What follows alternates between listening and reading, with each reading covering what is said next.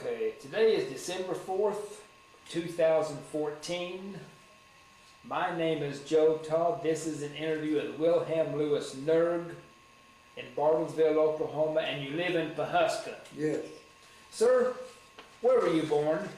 Cleveland, Ohio. And when's your birthday? 1829.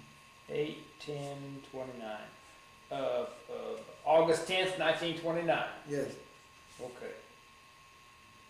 Who was your father? George Murg Sr. George Murg Sr. Murg, M-U-R-G. Okay. My brother is Senior. Okay. Junior, he's dead. Yeah. And who was your mother? Julia, you want her maiden name? Yes. Yes. Okay. She was Julia Kish, K-I-S-H. Okay. She was Jewish. Now you said that your father was from Germany. Yes. Okay. And he was in World War I Yes. in the German army. And he ran away from it. Why? I don't know whether he didn't believe in their way of doing things or believing in their political setup. I don't know. But he came through that port in Yugoslavia. I forgot what it was called. It was an international port. And he came here, I don't know exactly when, I think about 1917 or 18, something like that. Did he have any trouble getting out of Germany? I don't know. That I don't know. Did you ever talk about that? No. Yeah.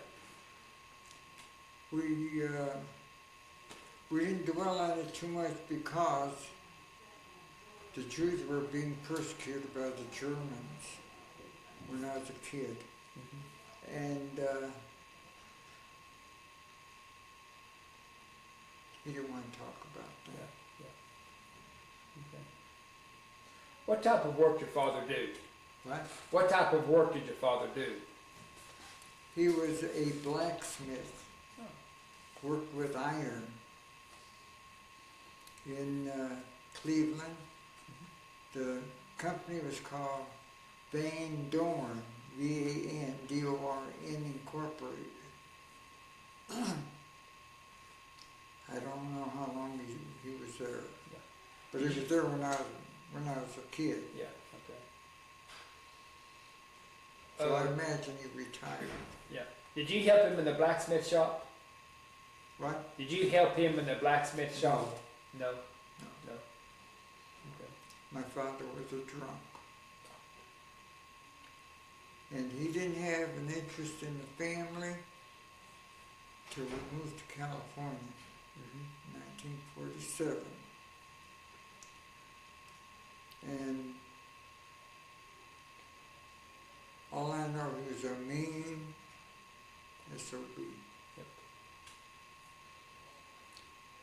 He used to have a strap for a straight razor.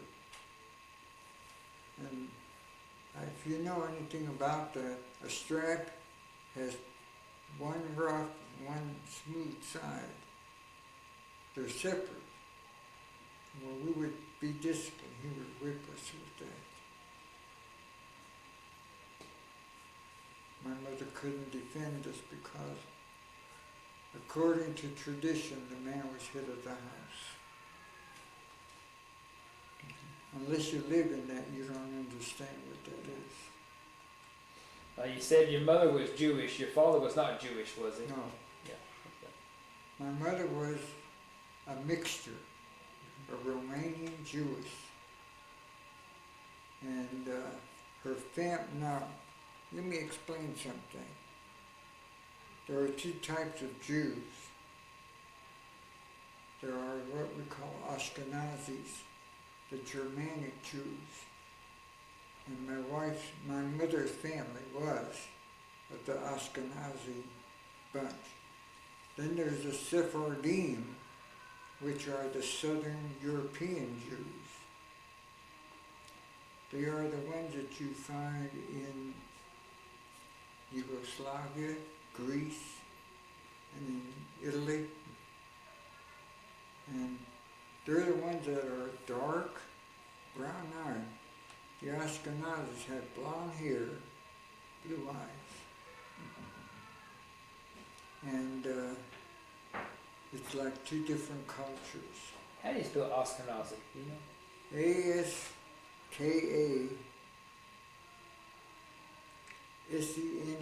something like that. I'm not sure of the spelling, but Yeah. it's pretty close. Yeah, okay. Now, did your parents meet in Europe or they meet Yes. here?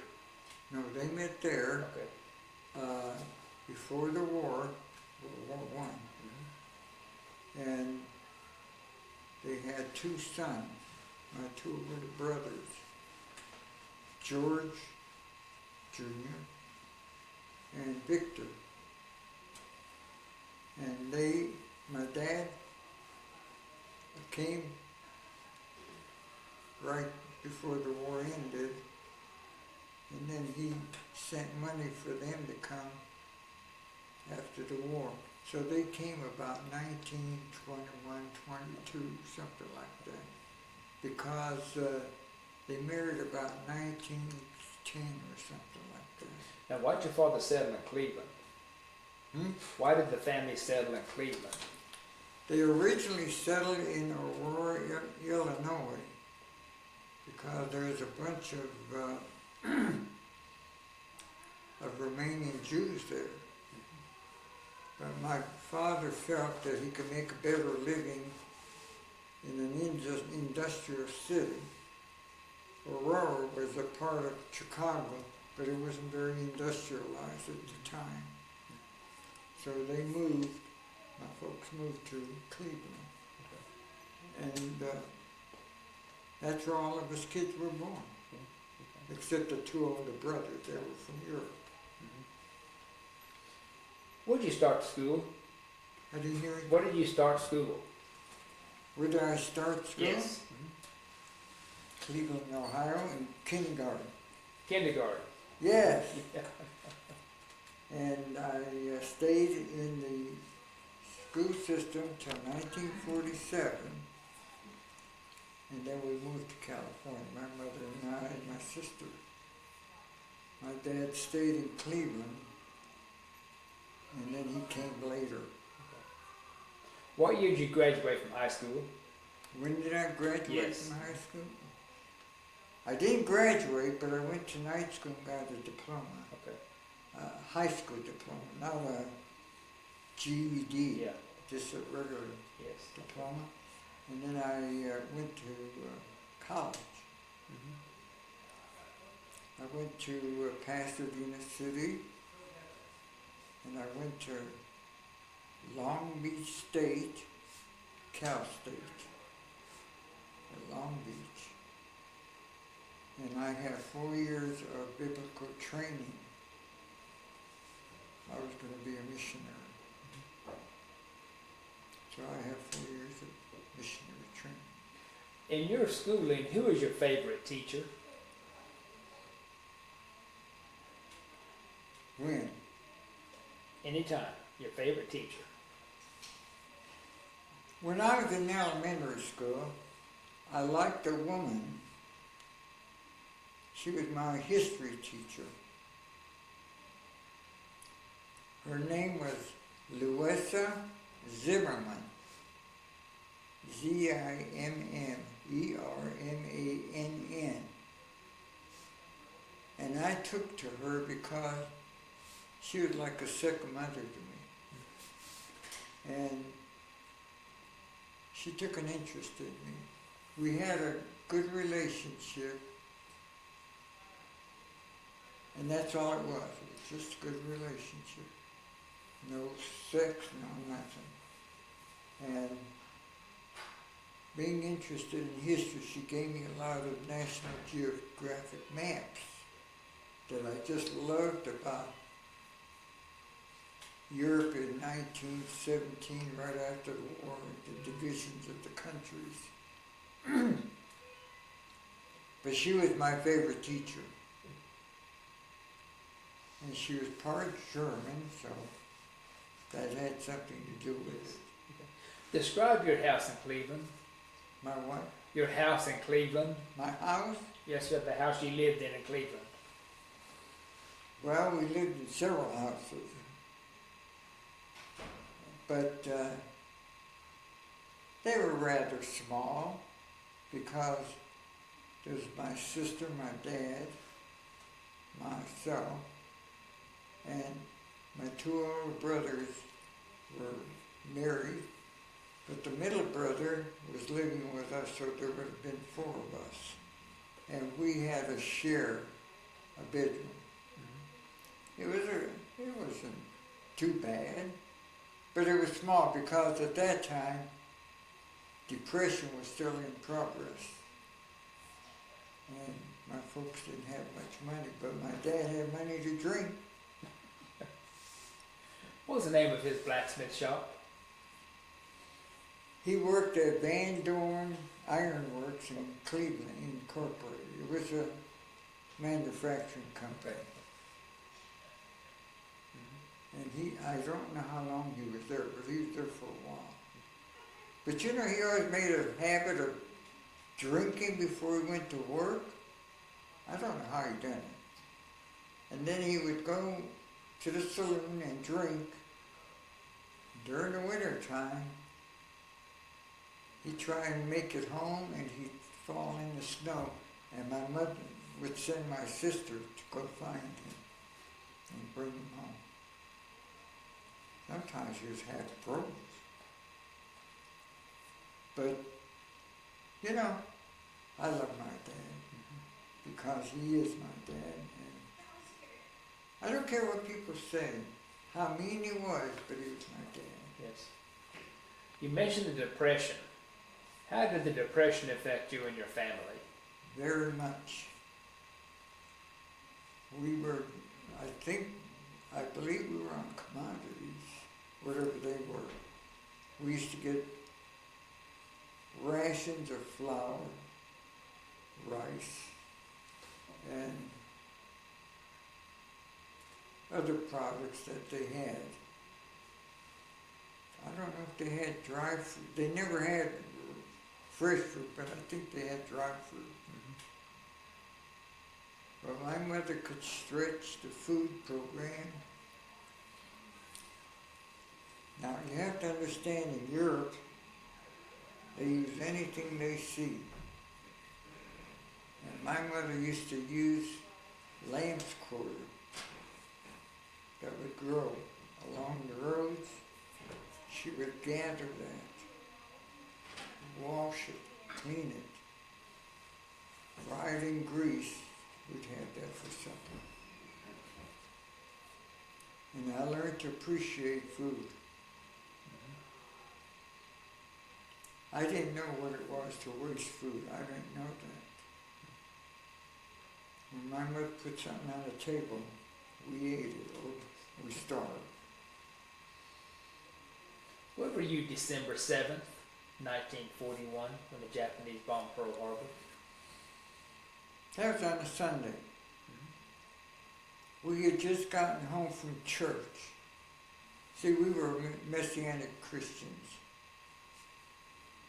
Those are Messianic Jews, I mean. They are Jews that are Christian. And my mother always cooked a good meal at noon. And we gathered after church to eat dinner. And we heard the broadcast on our old radio of the bombing of the ships at Honolulu. Never thinking I would be involved. Never thinking my brother would be involved. And as a 12-year-old, I just felt like my world collapsed. What does a 12-year-old think, you know? And I have a hard time with some feelings about different people, especially some of the Germans, the Nazis, because at that time they used to have guys come from Germany where they were, I'm sorry. at that time they used to have like infiltrators, and they're trying to enlist some of the youth in the Hitler Youth Movement. I don't know why they even attempted to do that to me, because I was part Jewish. But Hitler did not persecute the Jews at that time. So I don't know. Now, was that this is in this country? Yeah, They had a Hitler Youth in this country? yeah. They used to have the Hitler Youth Movement until the war expanded to the declaration over Germany. Then that just went out. So this is in Cleveland? Yes. Was there a pretty good sized Hitler Youth in Cleveland? I don't know, because we did not, my mother would not allow us to join it. Okay. My dad was a drunk, so he didn't care.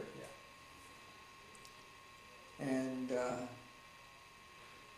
my brother was in the war. When Pearl Harbor occurred, a year later he was drafted. He was involved in the invasion in '44. And he was in Patton's Third Army. And he helped rescue some of the concentration camps in Germany. He took pictures of the corpses, of the crematoria,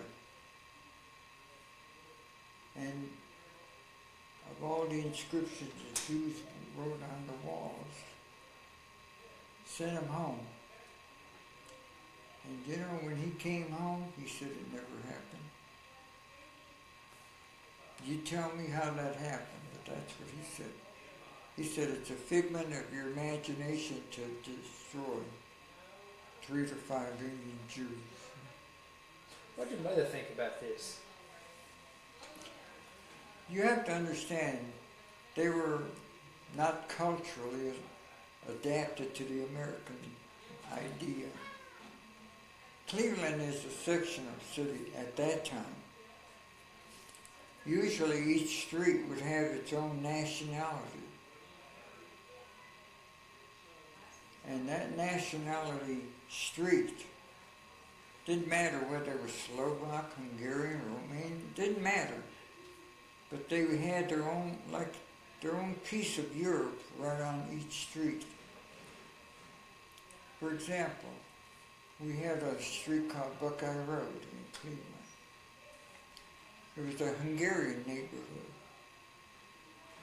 They had Hungarian restaurants. They had a Hungarian hall, gathering place, teaching the kids how to do the csadas, the Hungarian dances. They spoke Hungarian. They didn't know how to speak English. And my mother, now you have to understand, Jews speak several languages. She spoke Romanian, Hungarian, Hebrew. She tried to speak English. So we attended a Hungarian Baptist church because the Romanian churches were on the other side of the city, which was across the river. Cuyahoga River split the city in half. So we lived on the eastern part, and we attended a Hungarian Baptist church. I never learned how to speak a damn language. I'd go to Sunday school, I'd go to church, never understood a word of it. But I had to go because my mother expected us to go. And being raised in a Hebrew background, we respected our parents, even though it was against us. And believe me, I had trouble in school. And did your mother go to the synagogue? Not here. In Europe she did, but not here. And, Now, did she convert to Christianity, or what? did she convert to Christianity, or did she? She was converted under a Nazarene missionary just before she came here. And she couldn't find Nazarene church in Cleveland because at that time they were zero. There weren't many of them. So we attended a Baptist church. All I knew was Hungarian kids. And they were completely different than I was. And I had a tough time in school. How were they different?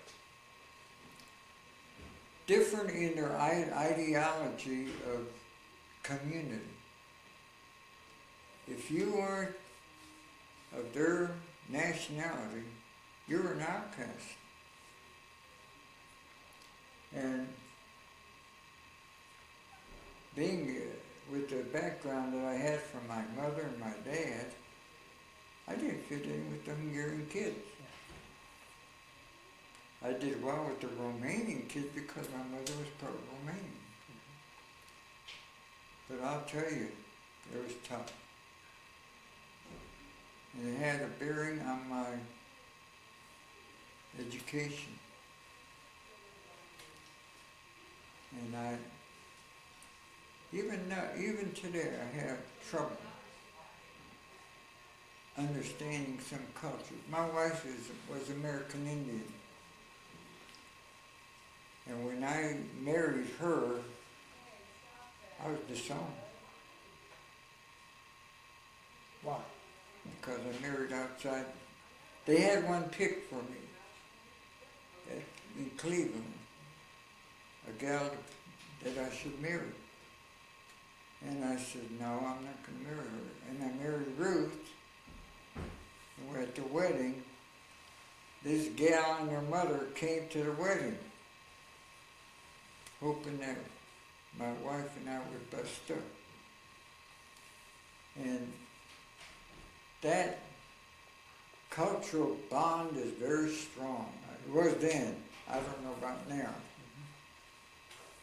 But until you live through that, you don't know what it is. And you can't hardly go against it because all your friends believe the same damn thing. And to go contrary to that, hey, you don't belong to us. But here I am. During the war, did you help with the scrap metal drives, the rubber drives, while you were in school? Do I remember the scrap drive? Yeah. No. Okay. Did you follow the progress of the war in school? Oh yeah. We were very careful to watch that because my brother was in Patton's Third Army. We were interested in that. I could remember sitting on the floor looking at a map in the newspaper of the various fronts that the Americans were fighting. But I always was hoping that one day my brother would come back. Did he come back? He did. Okay. But he was a different person than when he left. Was there a And big... you know, the thing is this, I guess that was true of a lot of veterans. I think the war just changed them. Now, was this George or Victor that went to war? What? Was it George or Victor that went to war? Yeah. Well, which one? Well, I think they were involved somehow, but I don't know how. Now, your brother, what's your brother's name that went? Leo. Leo. Okay, Leo. Okay. He was the third son. Third son. Okay. Was there a big celebration in Cleveland when the war ended? Yes. What did you celebrate? I didn't know what it was. I could remember when Japan surrendered. We had a big parade in downtown Cleveland, and they hung Tojo on a pole, and his prime minister. And I didn't understand it. I felt good about it, but not thinking that it could have been turned around the other way. But we celebrated because we were hoping my brother would come back. And he did come back. But I know a lot of them didn't come back. Felt bad about that. But I was a teenager, so my mindset wasn't completely solid at the time because I was in a flux. Am I loyal to the culture of my dad, or am I loyal to the culture I live in? This is the conflict. Unless you live in that, you don't know what it is. What did your father think about the war? I don't remember him ever saying. All I know is that when my brother Leo was drafted, this is where this Jewish culture comes in. When we went downtown to the train station, and I never saw my dad kiss a son. He kissed my brother. And it was reminiscent of the New Testament, prodigal son. And my dad loved us all, even though he beat us to death. He said, I just think that he loved us. Why'd your mother move to California? Well, we moved out there because the blacks were moving in from the south. They were immigrating from Alabama, Georgia, Louisiana, and they were mean because of the suppression that they suffered in the south. And when they moved to the north, the suppression turned to hatred. So my mother said, we can't live here, we have to move. So we moved to California because we had friends out there. How'd you move to California? How? How'd you go to California? By train. By train. California Limited, Santa Fe.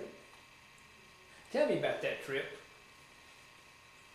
Well, it was the first train ride I had, and we left Cleveland to go to Chicago. And we changed trains at Chicago.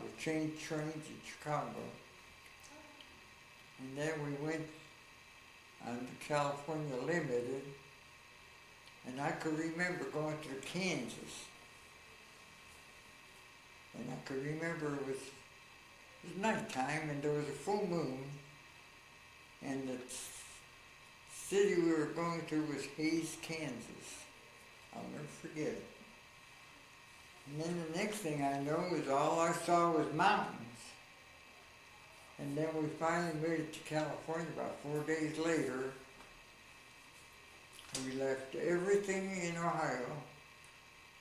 My mother just had us with the clothes on our back. And we met a family in Los Angeles that put us up until we could get settled. Mm-hmm. But we moved primarily because the blacks were very hateful. And I hate to say it, but I have reservations about this racial equality stuff. When I lived in Cleveland and I went to school, The German area bordered on the Arab quarter. Each city had its own nationality. And these Arabs were Muslims. They ain't part Jewish. I had to walk to school through this area. They would beat the hell out of me because I was Jewish. And it became so violent that my sister would fight me. She was a tomboy. She'd fight for me. Didn't do anything to them, but just because we were Jewish. And even now I have a tough time accepting Arabs. I know what the Bible says. I know what the Lord teaches. But you know, that stuff is in the back of my head. And I can't forget it. You settled where in California? What? Where do you settle in California? Los Angeles. Los Angeles. And I was 17 when we moved to California. And my first job was in a machine factory. I had machine training, senior high school in Cleveland at East Tech. And I didn't know where to go for a job, but this friend of ours that kept us there in their house for a couple months took me one shop, and I was hired right there. And I stayed with one company for about a year. And across the street was another company, and the boss noticed me. I don't know why, but he did. So he asked me if I could work part-time. And I said yes. So after work, I would go across the street and work till about 9 o'clock. And I'd done that for, about 2 years. And then they asked me to be full-time. And I said, sure. What was the name of the company? Hmm? What was the name of the company? Pacific Rivet and Machine Company. And I stayed with them for 14 years. Now, did you enlist or were you drafted? I was drafted. When were you drafted? 1954. No, 55. And I was trained at Fort Ord, and then I was shipped to Fort Sam Houston for a while in Texas. And then I went back to Fort Ord because of my theological training. They needed a chaplain assistant in the Marshall Islands. But before I was sent to the Marshall Islands, I was a chaplain's assistant to a Jewish rabbi. Now, where did you go for your basic training? I was for basic training at Fort Sam Houston and Fort Ord. Tell me about basic. Well, I had training at Fort Ord for military. And then they shipped me to Fort Sam Houston for something, I don't know why. And then they shipped me back to Fort Ord for this Jewish chaplain. He was a full-bird colonel. He knew I was a Messianic Christian, a Jew, Messianic Jew. And he never mistreated me. Now, did you have any training to be a chaplain's assistant? Yes. Where did you take your training? I had 4 years of biblical training in Los Angeles. Now, this is before you joined I was the going to Army? be a missionary. Okay, this is before you joined the Army? Yes. Okay. And one day, this Jewish chaplain called me in his office. And he said, Murg, You're being sent to APO 187. I said, Rabbi, where in the hell is 187? He says, I don't know. It's so secret, we don't even know how you're going to get there. All we know is you're going to have pieces of your trip outlined. You're going to go from Fort Ord to Travis Air Force, north of San Francisco. Then you're going to go to Honolulu, and you'll be over there at the Army base there. We don't know how long. And then you're going to be at 187, but we don't know where it is. That's how secret it was. And I went from Honolulu to Kwajalein, stayed overnight, and I went 200 miles north to Inuiatok, APO 187. What'd you do there? All I knew was I was going to be a chaplain's assistant. I knew nothing about that because it was called a PPG, Pacific Proving Ground. I didn't even know what in the hell a proving ground was. And went up there, flew up there from Kwajalein. And the chaplain met me, took me to my quarters, not officer's quarters, EM, enlisted men. And then I got acquainted with the various chaplains because we had Catholic and Protestant. We didn't have Jewish, but we had, I think, 3 of each at the time. 3 Catholic and 3 Protestant. And one day the Protestant chaplain says to me, he says, Murg, you have to go up to Bikini. I said, where in the hell is Bikini? He says, it's 400 miles north of where we are, in Inuiatok. And I says, why am I going up there? You got this other guy. He said, well, he's assigned to our atoll here. Well, you're going to be assigned to the atoll up at Bikini. And I flew up there every Friday, stayed till Monday. And I've done that for almost a year up there. And I never saw desolation like I saw up there. The islands didn't have any vegetation on them. Because at that time the palm trees were just starting to come up. And the coconuts were being developed. They were being shipped out and all that. But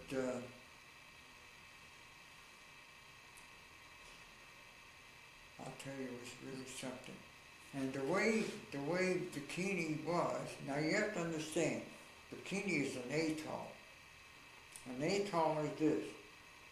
It's a top of a volcano that the corals had built a reef on. And on the reef, as the disintegration of the coral happens, it becomes sandy, and then little islands would develop. And there's nothing on them. And the thing of it is, when the Japanese were there, the islands they had vegetation on them. When I was there, they didn't have vegetation. Wow. Because testing destroyed all the plants, all the trees. What kind of testing? They were having atomic tests there, but not the atomic tests of bombs, of weapons. So they had the atomic test before you arrived there? Before and while I was there. And the natives were not living there because they couldn't make a living. The Inuit was a military atoll. Bikini was where the natives lived, but the radiation destroyed their culture. So they moved into an atoll called Wilheim, about 400 miles to the southeast. That's where they are today. And the islands, Bikini and Inuit and the others on the atoll, devastating. Tell me about the atomic test. I didn't know what to expect when I was up there. All I knew is that we were issued black glasses. And it would be during the daytime, they would have an explosion. We'd have to wear these glasses, and you see this mushroom cloud rise up. Some of the Navy guys were close enough to the bomb site to be radiated. We got radiated because when the winds changed, the cloud would come over our island. How far were you from the... It depends on how where they did the shots. Usually about 20 miles away. What did that look like? Right? Describe that explosion. What was it like? It's something that I didn't know what to think about, because in my thinking, we didn't have a right to destroy a culture. We didn't have a right to destroy God's creation. That's exactly what we done. And it was justified because we were doing it for the protection of our nation. How do you justify the thinking of that? I don't know. But when I saw the devastation, I said, how in God's world do we allow this to happen? So did you see that explosion? Yeah, but I had to wear glasses. Yeah. And then I would go up to some of the islands, because being a chaplain assistant, each island would have its construction workers. And they were, I forgot the company's name, but anyway, they had construction workers on all these sites that they used for bombings. They would have cages with animals in them to see the radiation on meat. And they would monitor the devastation of makeshift buildings. At Bikini, they had bunkers. They were cement, like what you have for tornadoes here, shelter. But they were concrete, and the back had a door, but the front had a window of smoked glass. They had automatic cameras in these bunkers. So when a shot occurred, they could record on film what it was. Understand one thing, that you never, until the test ban treaty with Russia, you never saw an atomic bomb in color. So it's black and white. Because after the test ban treaty, the bombs were taken in color because that would tell you the content of the bomb. And At Bikini, these bunkers would have automatic cameras, and you should see they just had miles of film that were all used, but only part of it is what they used for their own usage. And the odd part, every time they had a bomb explosion, they would have an airplane go through the cloud and take a cylinder sample, a lead cylinder sample of the content of the cloud. This cylinder would be brought back to Inuiatok, and officers would be chosen to take it to Washington, D.C. for analysis by the Atomic Energy Commission. And the officers would stay there a couple of weeks and then come back. But these officers would carry a .38 to protect that cylinder. And what I couldn't understand is why would they gamble with us? Why would they use us for guinea pigs? That's what I couldn't understand. We were Americans. And they would shoot a bomb hoping that the cloud would go away from us, but there were times when it would come towards us. What would you do then? What could you do? All we do was get in the building hoping that we wouldn't get radiated. Now, what were your duties there as chaplain assistant? What did I do as a Yes. chaplain's assistant? I had to go to all the sites, all the islands where they were doing construction. The company was called Homes in Narva from California. They did all the construction, and I had to go to all these islands where the workers were. And I was with a chaplain too. Sometimes I preached because I had theological training. Sometimes I preached. Most times I played a little pump organ for the service. We carried that damn thing all over with a helicopter all over the place. But I never was allowed to tell my other guys what I saw or where I was. We were not allowed to communicate with each other what we saw. And I'll never forget, I was up in Bikini. We were having the test sites up in Bikini. And there was a guy in the Air Force that came to a chapel service. And he says to me, he says, "Are you going to be involved with Operation Red Wing?" I said, "What are you talking about?" He said, "That's the name of this operation we're going to have with these atomic tests."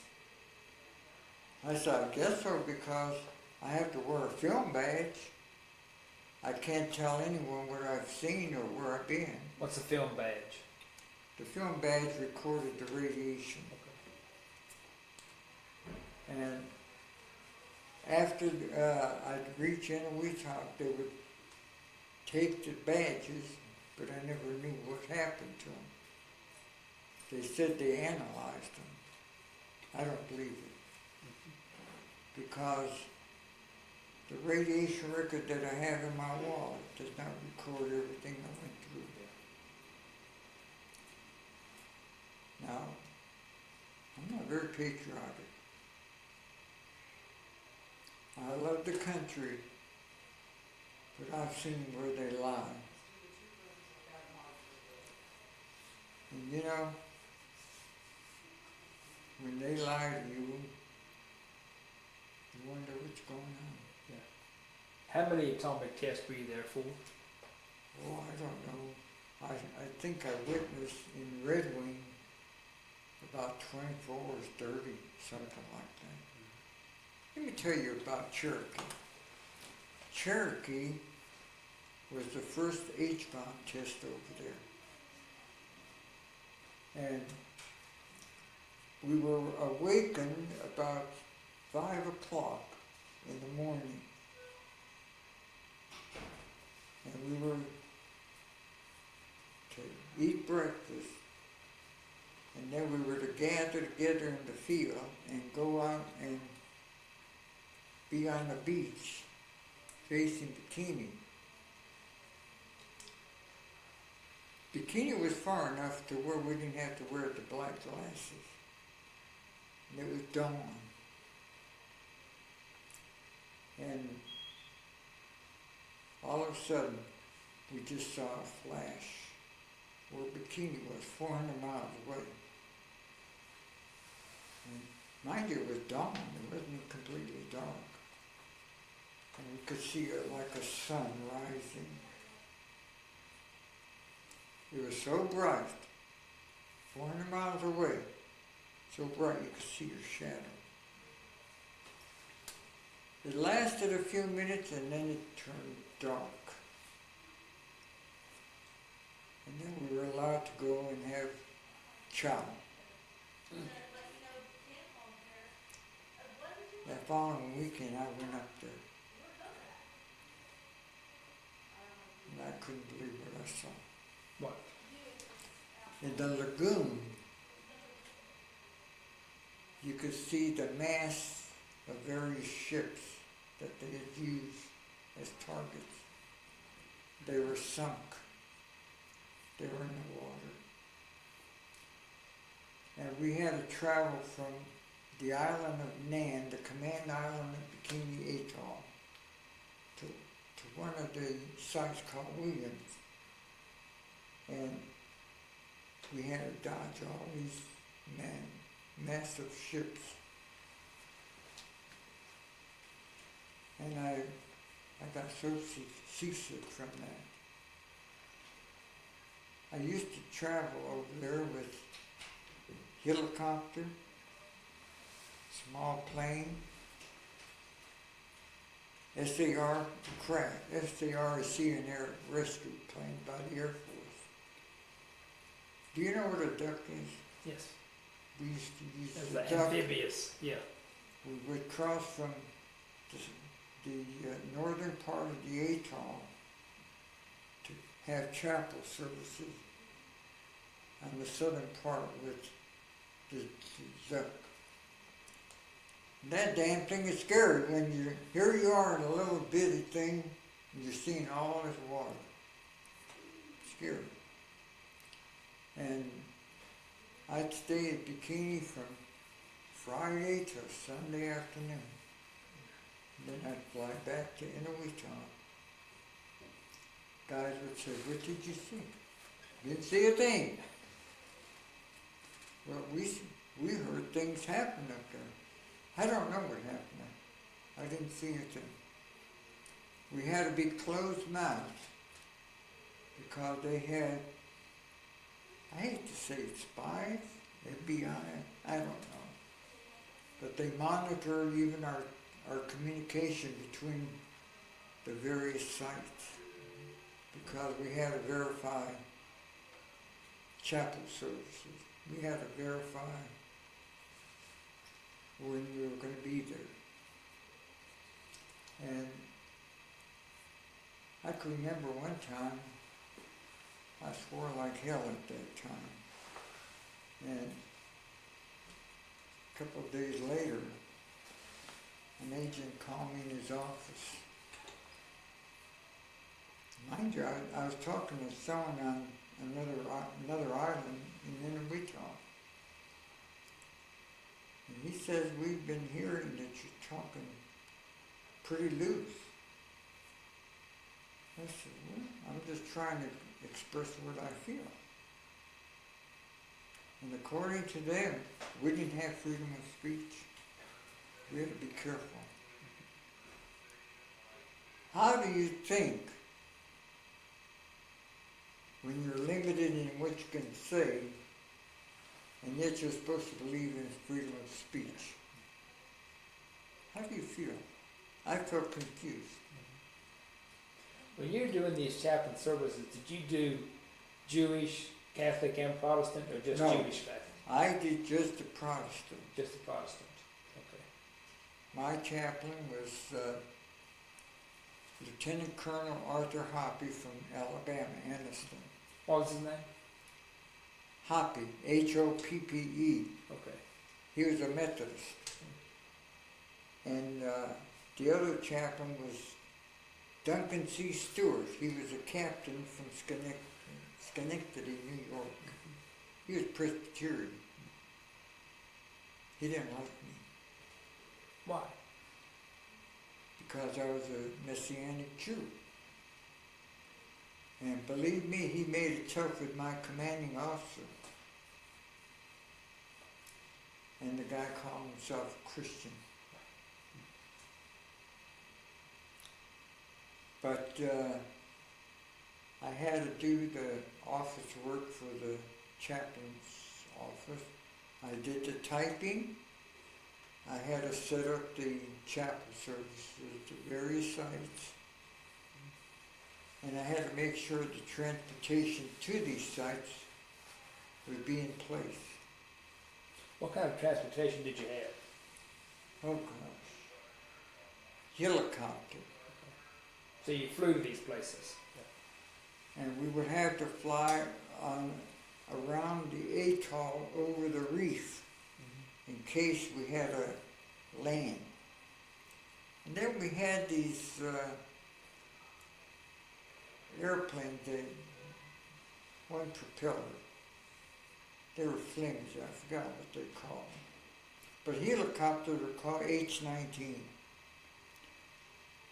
And then I flew to Bikini every weekend on a C-47.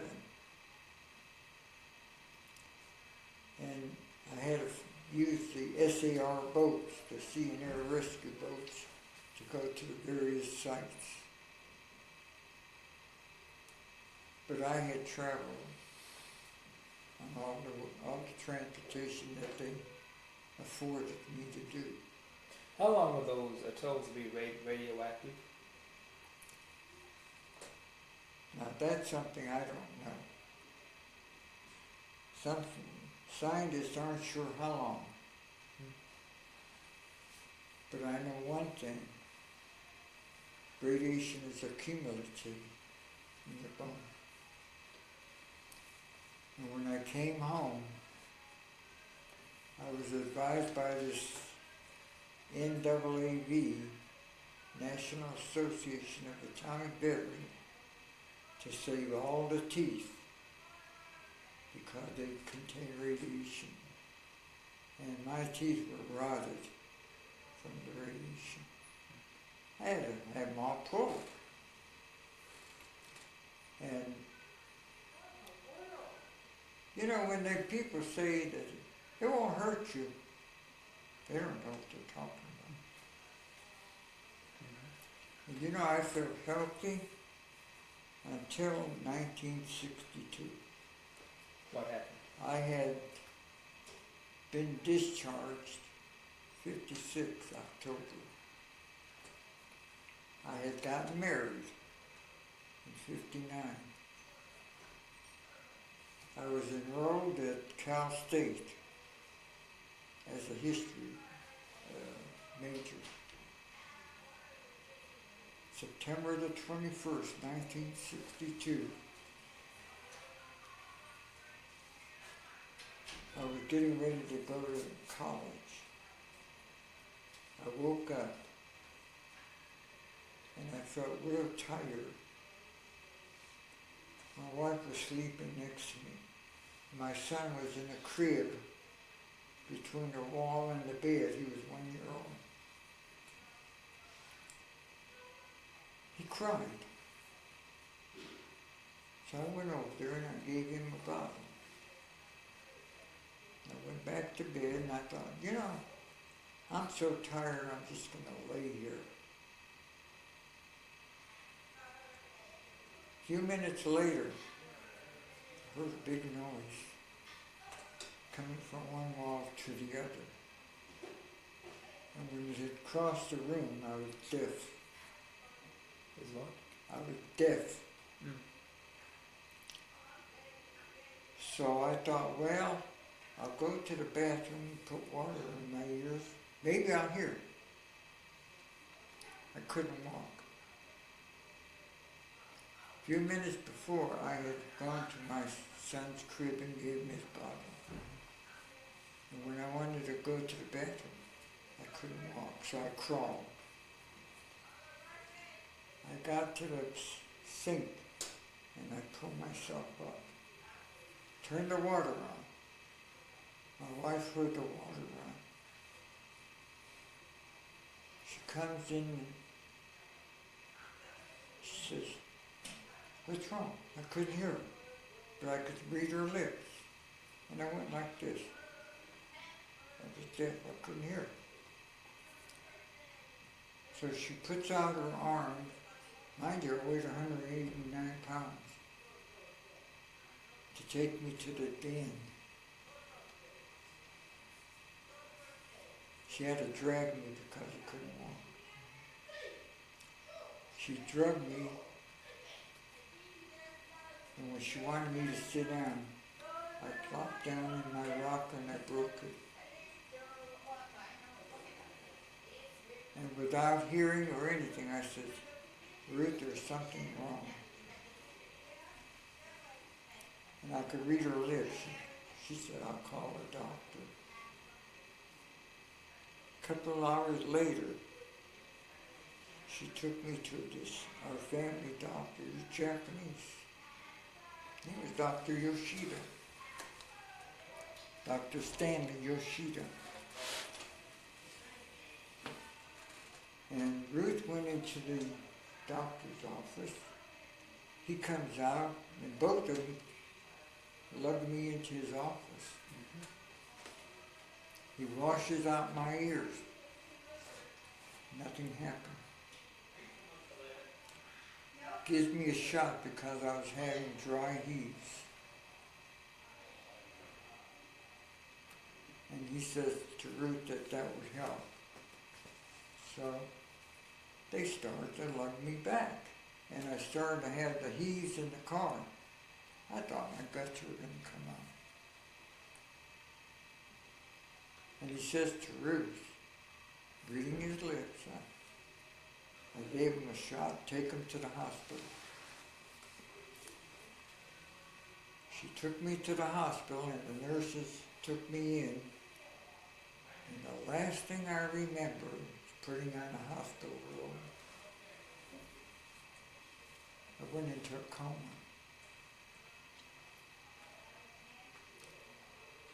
And all I could remember was a feeling like someone was messing around here, but I couldn't feel it. But I just knew something was wrong.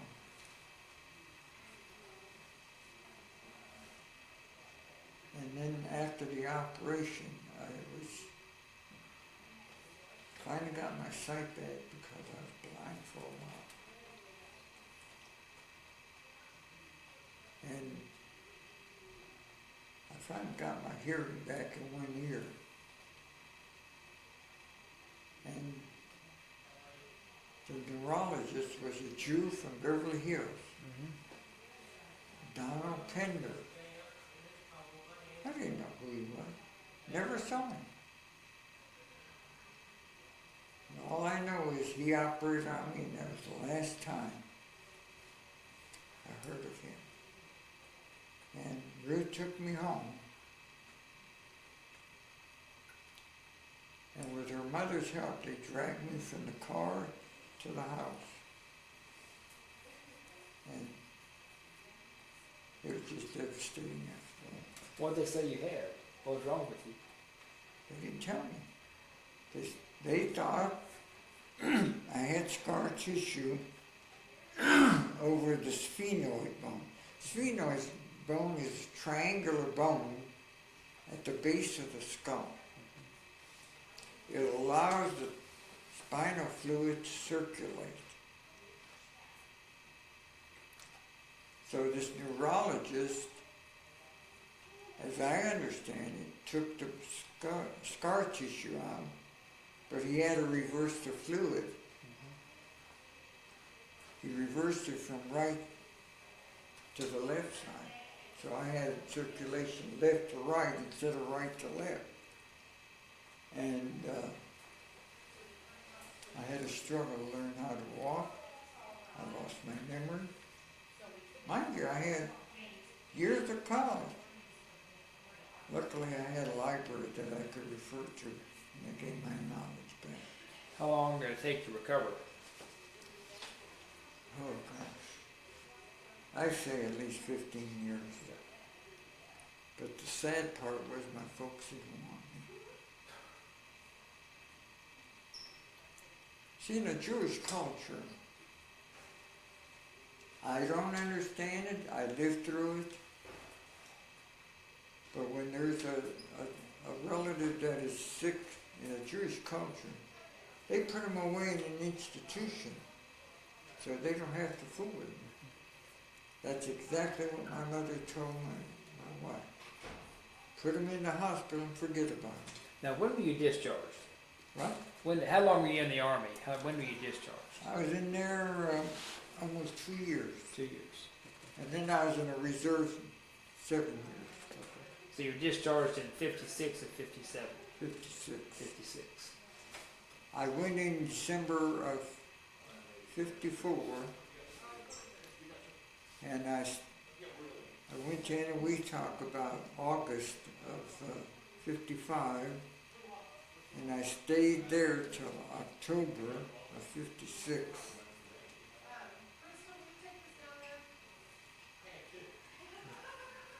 And you discharged when in 56, you recall? I was discharged October the 2nd, 1956, at Oakland Army Base in California. Okay. But you know, I don't know what to think because I try to put in for something with the Army, can't prove a thing. All the atomic veterans record in 1982 were destroyed in St. Louis, Missouri. And the record I have today is an estimate that I got from Jim and Hall.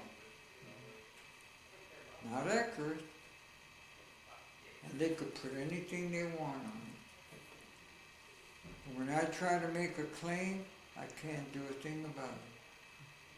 I can't prove anything. Now, you said there's an organization of the atomic veterans. Yeah. How many are left? What? How many are left, the atomic veterans? I say practically none. And I think it's because that the government purposely has denied them, hoping they all die, so that they could not make a claim. And that's pretty hard to accept. When did you come to Oklahoma? I came in Oklahoma in 1959. Why'd you come here? I married Ruth. She was an Osage. Oh, okay, Ruth. Okay. Not knowing what she had, nothing.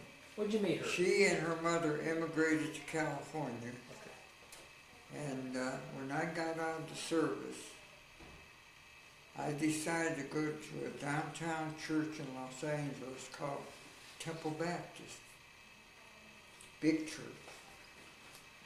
And I wanted to go there because the youth director was a member of our church in Alhambra, and I knew her very well. So I wanted to talk to her, and I went down for an evening service. And I'm an organist. So after the service, I went down to the organist and talked to her. I said, would you mind if I tried this instrument? She said, no, go ahead and play. So I played, and all of a sudden, one of the young people come up and said, Mrs. Grimm wants you to come downstairs to the youth meeting. I said, you tell Mrs. Grimm I'll be there when I get done. I was aggravated. So I went down, since she was from my church in Alhambra. She introduced me to the young people of this church. And after we had our meeting, the gals were lined up on a stairway. I guess there was about 4 or 5 of them. And Mrs. Grimm says to them, ladies, who would like to go out with Lewis? And Ruth says, I'd like to go out with him. And I didn't even know who she was. Well, Miss Grimm says, you've got a good gal, you ought to go out with her. And I said, well, okay. And I tried to call her, but I didn't know her phone number. And I knew where she lived. And I got a phone book for that city, Hawthorne. And I called everyone in there that was named Wolf. And I find Wolf, her maiden name was Wolf, W-O-L-F-E, church. Ruth Wolf. Yeah, Ruth Wolf. And I called these numbers up, finally got a hold of her, and I asked her if she'd go out on a date. She said, sure. So we went out. And wasn't long we got serious, but I got help from my parents. She was Indian. They had a gal for me in Ohio. We planned our wedding June of '59.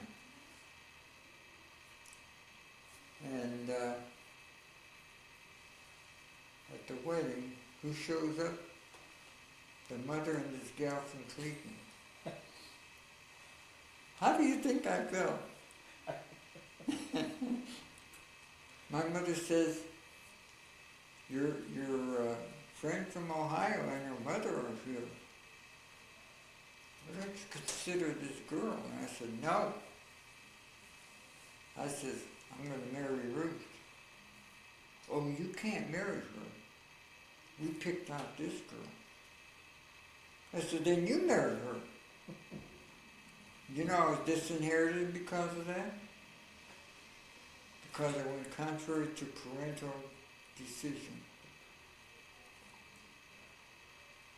And you know, I didn't regret it. Yeah. Because it was a personal choice that I believed in. When you're raised in a culture where they pick your mate, you either do it, and if you don't, the consequences can be financial. So you moved to Pawhuska when you came to Oklahoma? Yes. Okay. We married, lived in Norwalk for about a year, and then we had a son. And he was born dead. But we moved to Oklahoma, and we had this second son. And we decided to move up to Pawhuska because she had a house and land up there, which I did not know. I didn't even know what she had. She had a head right. I didn't know what that was. But I was sick. I couldn't think straight. So I relied on her decision, and we moved here, moved in our house. And I had a tough time being accepted by the Osages. Basically because I was Jewish. And they've learned to like me now. In fact, just when I was eating, one of my Sunday school guys, full Indian, came and talked to me.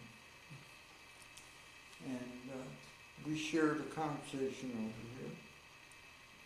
But I'll tell you right at first, they didn't give a rat about me. I'd like to ask, when you were studying to be a missionary, what did you study in college to be a missionary? I felt that I was called to be a missionary. I wanted to go to New Guinea. But I don't know whether you call it faith. I don't know, but when I met Ruth, it seemed like my calling was different. I had hopes of going, doing the work of the Lord, and yet I felt this was part of God's plan. I was confused there for a while, but I really was earnest in prayer about it, and I felt that the Lord led me in this way. But I'll tell you, it was a conflict of interest. And I still feel God's leading. I really do feel that. Because I don't think I could go through what I went through and survive. Especially with this shunt. They gave me practically zero to survive. And then with all the problems I had with my health until I moved here, I couldn't prove anything about radiation. See, in Army language, they call it epidemiology, meaning that you have to associate what you have in a scientific way with what you want to prove. And if you don't have the element of proof, you don't have a case. I'd like to ask, today when you hear the name Adolf Hitler, what do you think of? I think he was a criminal. I felt when he persecuted Jews that my mother's relatives were involved. And I couldn't believe what was being done to a fellow human being. I couldn't believe that. My heart hurts when I see people suffer. I don't care who they are. But my heart hurts. And yet, how could a man that evil do it and not have any pangs of consciousness? I just don't understand that. When you hear bikini, what do you think of? What do I think about bikini?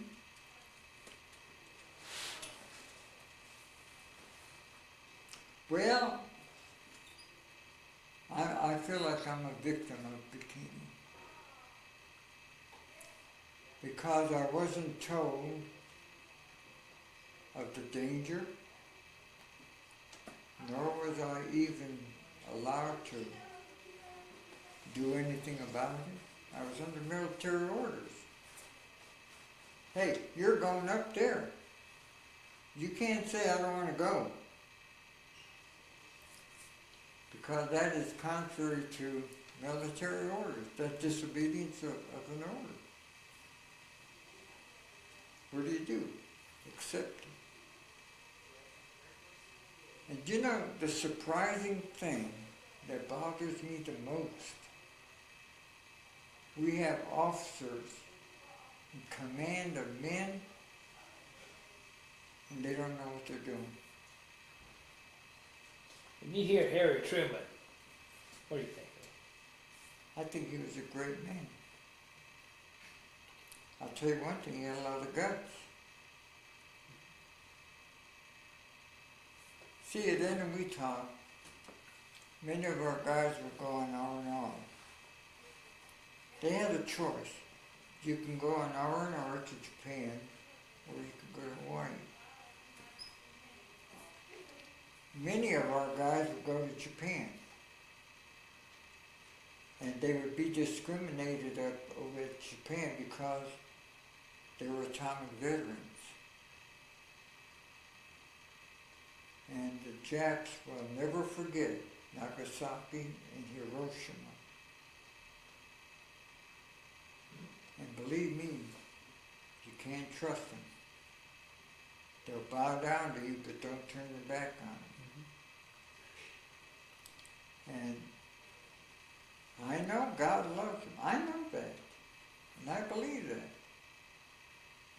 But that warning still is in my mind. And it's something that hard to understand. Yeah. How do you want to be remembered?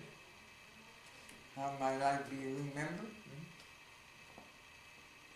I hope I'm remembered as a good human being. I don't do harm to people. I get along with who I can. And I accept them for who they are and what they are. Well, sir, this is an excellent interview. What? This is an excellent interview. Well, let me say this. My great niece from Pahuska, I have nieces that are Osage. And one of them is a lesbian. The other night, she comes in with the other nieces. And I don't criticize her. But if she asks me what I think, I'll tell her. But I accept her for who she is because I cannot judge. I believe God judges them. And if they treat me right, bingo, I'll treat them right. They screw me, hey, watch out. Well, sir, I want to thank you for your service and thank you for the interview. Well, thank you. I hope I hadn't insulted you. And again, this December 4th, 2014. My name is Joe Todd. This has been an interview with Wilhelm Lewis Murg in Bartlesville, Oklahoma. And you live in Pahuska. Yes. Thank you. Thank you, sir.